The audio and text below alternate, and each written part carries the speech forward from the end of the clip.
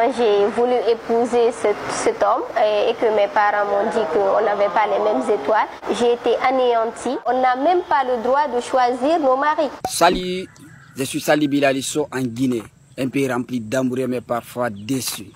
Ici comme dans d'autres pays d'Afrique, la tradition impacte les choix des époux chez les jeunes. Du coup, il y a des jeunes qui s'unissent contre leur gré et aussi des amoureux qui ne pourront jamais épouser l'élu de leur cœur.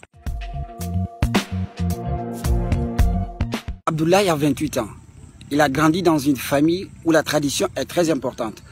Quand il a présenté une jeune femme dont il était amoureux, ils ont refusé son choix. Le premier choix que j'avais, c'était peut-être une demoiselle que j'ai vue, que j'ai aimée, que j'ai voulu passer le restant de la vie avec. Mais très malheureusement pour moi, elle était déjà mariée une fois. Elle tentait un deuxième mariage avec moi, chose que côté famille, les gens n'ont pas apprécié. J'avoue que ça a été très difficile.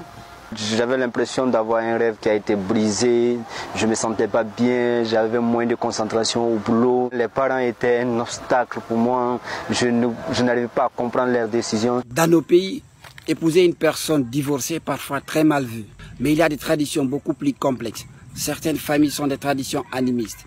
Elles croient aux divinités de l'eau, du vent, du soleil et aussi aux étoiles qui prédisent le destin de certaines personnes.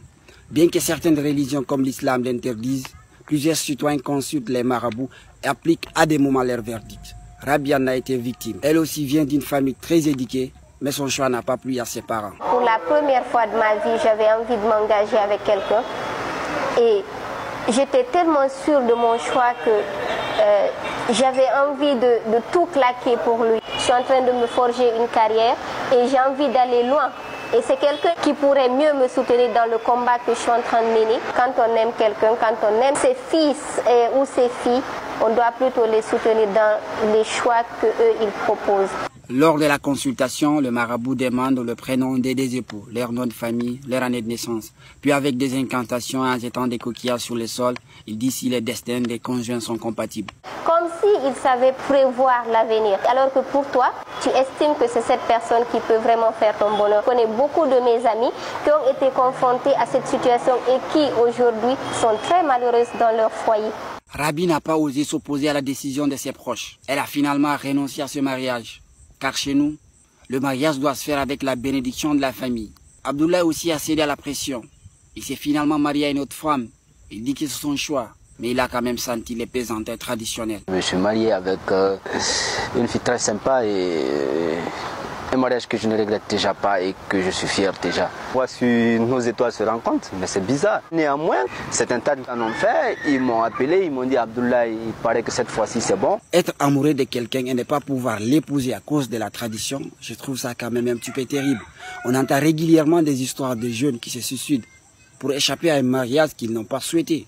Le plus triste, c'est que souvent les parents utilisent le marabout pour imposer leur choix à eux.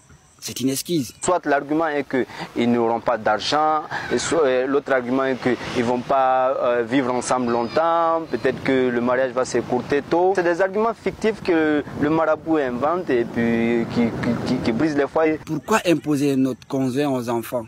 Parfois, les parents choisissent le prétendant le plus riche.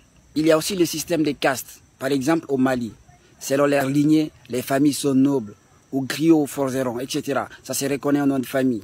Et la tradition indique par exemple qu'un jeune noble ne peut pas épouser une fille des familles griots ou forgerons. C'est un fait culturel récurrent même parmi les Africains de la diaspora. Nous devrions plutôt respecter le choix de nos enfants, car ce sont eux les premiers concernés par leur mariage. Découvrez d'autres vidéos sur le même sujet sur le site des Haut-Parleurs et sur les réseaux sociaux.